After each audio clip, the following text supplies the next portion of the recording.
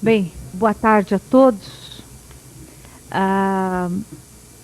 É com grande satisfação que a coordenação da pós-graduação de História tem a satisfação de contar hoje com a presença da professora doutora Margarida de Souza Neves, coordenadora adjunta da área de História da CAPES, professora do programa de pós-graduação da PUC, da UF, foi coordenadora da pós-graduação da PUC, e que então acedeu ao nosso convite e hoje nos dá grande satisfação de estar aqui no programa de mestrado e doutorado de História de Assis. A professora Margarida Neves vai falar hoje aqui para nós sobre a pós-graduação em História no país, perspectivas e possibilidades, não é? E então eu tenho a impressão que poderíamos ouvir a professora Margarida e depois estabelecer um diálogo e colocar algumas questões, não é? Aí a professora Margarida vai estar aqui à disposição para que a gente possa conversar um pouco sobre essa questão que envolve todos os programas de pós-graduação.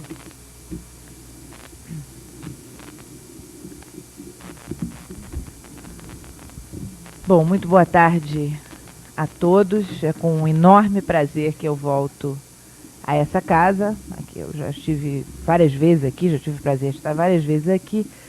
E eu, sempre que venho a Assis, venho com um enorme prazer de estar com amigos, com colegas, com um programa que eu respeito e admiro muito.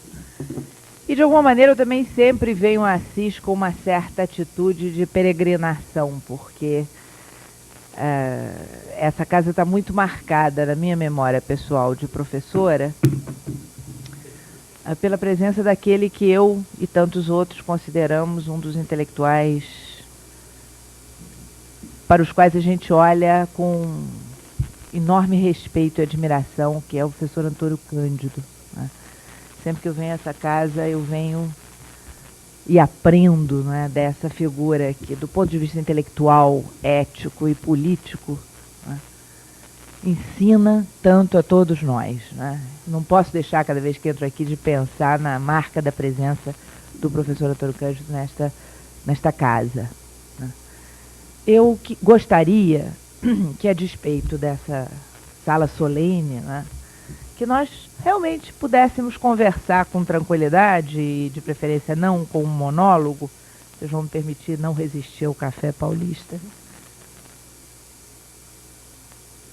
De modo que eu peço a todos que se sintam muito à vontade para, no momento que quiserem, não necessariamente no fim da minha conversa, interromperem e nós conversarmos como colegas que somos, né? A coordenação do programa me pediu que viesse, em tese, fazer uma aula inaugural, né? Naturalmente, nós, historiadores, relativizamos muito o tempo cronológico, mas, de qualquer jeito, no dia 20 de abril, uma aula inaugural ficava uma coisa meio esquisita, né? Então eu disse, não, vamos fazer uma conversa mais informal, uma coisa mais tranquila. E, sobretudo, propus à professora Maria do Carmo a possibilidade de que nós conversássemos um pouco sobre questões, perspectivas, desafios, problemas da área de História, já que, por um lado, da pós-graduação na área de História, já que, por um lado, eu tenho alguma experiência na coordenação de programas de pós-graduação, e, por outro lado, a partir desse ano, eu presido a avaliação de todos os programas do país, porque represento a área de História na CAPES. Quer dizer, eu não sou da CAPES, em absoluto eu sou da CAPES. Eu sou uma professora de um programa eleita pelos demais programas para presidir a assessoria da área de História para a CAPES, né? Então, o que eu sou é representante dos programas de pós-graduação junto à CAPES, né? Isso dito, eu preparei uma pauta, né, para que nós conversássemos um pouco. Primeiro, sobre problemas e perspectivas mais de fundo da pós-graduação em geral, em particular da pós-graduação de História no país. E segundo, que nós também pudéssemos conversar sobre questões mais concretas que se apresentam tanto ao corpo docente quanto ao corpo discente dos programas de pós-graduação no país, em particular na área de História, né? Eu pensava quais eram os grandes desafios, quais as perspectivas risonhas e as menos risonhas que nós vamos ter que enfrentar, e preparei um rápido esquema.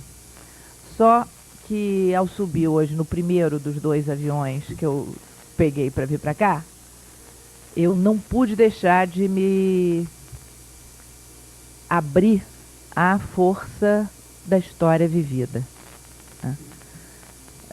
Tanto ao pegar os jornais do Rio no Rio, quanto ao pegar os jornais de São Paulo em São Paulo, né? Eu acho que a força da história que nós vivemos se impôs de uma maneira tal, ao ver as manchetes terríveis do jornal de hoje, né? Tanto no que diz respeito à história mais global, quanto no que diz respeito à particular história da nossa sociedade, né? Eu não pude deixar de me deixar impactar pela força perversa dessas manchetes, né? E isso me fez, com clareza, perceber que, na verdade, o grande desafio dos cursos de História, quer na graduação, quer na pós-graduação, e o maior desafio para os programas de pós-graduação de História no país é exatamente não trabalhar de costas para a história, né? É não esquecer das questões concretas dessa sociedade, né? É deixar entrar dentro dos nossos programas, dos nossos cursos, a interpelação tão forte, né, dessa história, da história dessa sociedade que, na verdade, sustenta os nossos programas, as nossas bolsas, as nossas viagens, os nossos congressos, né, e que apresenta desafios tão fortes como aquele que hoje não pode deixar de impactar os nossos corações e as nossas cabeças, né? Quer dizer, abrir o jornal e ler que em 1996, né, um número tão grande de vidas é eliminada de maneira tão truculenta e tão sem razão, né, e que diante disso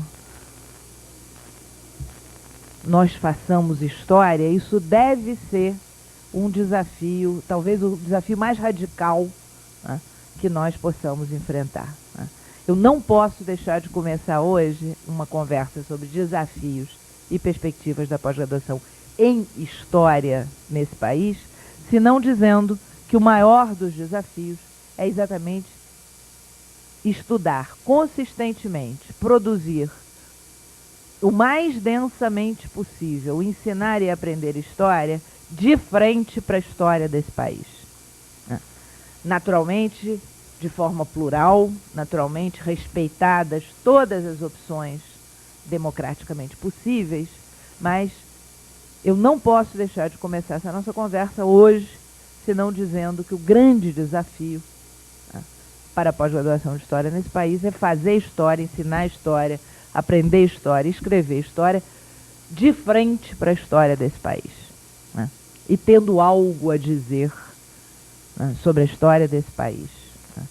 De preferência, tendo algo que possa ser, de alguma maneira, um sinal de esperança na história desse país. De modo que eu, ao ler o jornal, dizia, não posso começar falando de bolsa, de CAPES, de CNPq, disso e daquilo, senão afirmando com muita clareza isso, né? Eu acho que é dever de cidadania repetir a sociedade preocupação.